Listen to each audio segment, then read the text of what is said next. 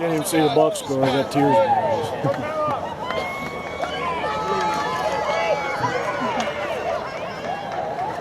A lot better to see you guys today. I wasn't too happy the last time I saw you guys, but as I just told those guys 24 hours ago, that was as low a point as I've had since I've been here.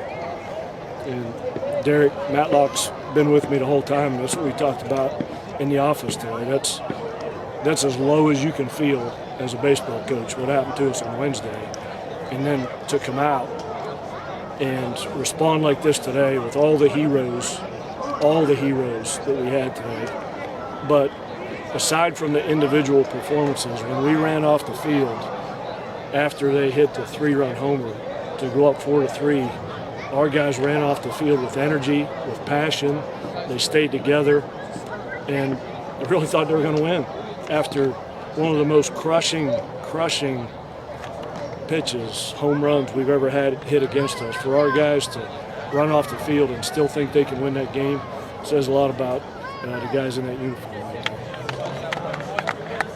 What does that say to you as their head coach to see that they come off that way and then, a couple minutes later to finish it off like this? I knew we were going to play good today. I just knew we were going to play good. We were as low as we could have been on Wednesday after the game. We turned around and had a great day of practice. And that's how, when you get in those low points and face adversity with a young team, you got to convince them the way to get out of it is to work your way out of it.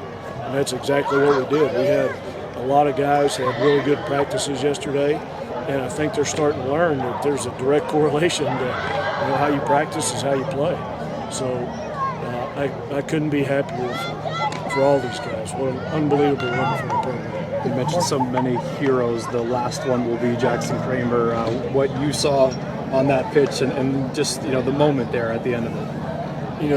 When we opened this ballpark last year on April the 10th, we haven't even been in here a year yet. Jackson hit the first home run in this park. It's on our highlight video that we showed to the team, we showed to the recruits, to families, to everybody. And that was a spitting image of what's on the highlight video.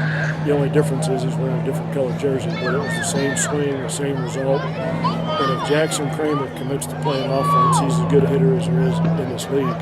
And that's really, really good to see. Marcus Inman was almost a hero in one of those ABU runs. He had a lead at comes in here tonight and gets a big hit. That guy for them, he's the premier closer right now in the Big 12. He pitched this past Tuesday. I think he got a save against Arkansas. Last weekend against Kansas State, he threw 1 inning Thursday, 2 innings Friday, 3 innings Saturday. He got a win, or a save the Tuesday before that. That's the 6th straight game that he's pitched in, all with great success. So for Marcus Inman, when I yelled his name in the dugout, he had his hat on backwards. He was in the rally with everybody else. He was injured before the game today. I didn't even know I was going to put him on the roster. But the way that guy was throwing his pitches out of the zone, needed a guy that wasn't going to, that had some plate discipline. And Marcus is that guy. And couldn't have scripted it better. And this place too, I wanted to say, I don't know if you heard what I said on the microphone, but with this stadium and Big 12 baseball in Morgantown now, just playing country roads after you win a big game, this has a chance to be one of the best college baseball atmospheres in the nation. And I don't know how many people were here tonight. It was a good crowd, but there was still a lot of empty seats. And all the people are going to go home tonight and tell all the people who weren't here what they missed.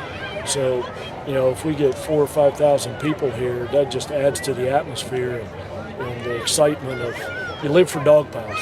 You live for dog piles. And that's our second one here. I just encourage everybody to come out and watch this team play. They're almost all only freshmen. So they're learning as they go, and they're making mistakes, but they're so much fun to watch play.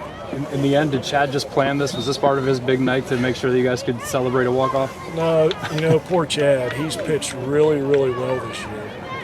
And I think 4 times he's done exactly that and gotten no decision. And somebody else has gotten his win for him. in baseball terms, we call that you got snaked. So Blake Smith snaked the win out of that one today. But he only had 2 or 3 hits on the night, and he didn't have great stuff. That's not the best he's pitched. But he's a competitor. He's a real competitor. Top 20 team comes in here, and our guys get up for a team like that, like no other team I've seen. So we've got to continue that energy because we've still got 2 big games to play this weekend.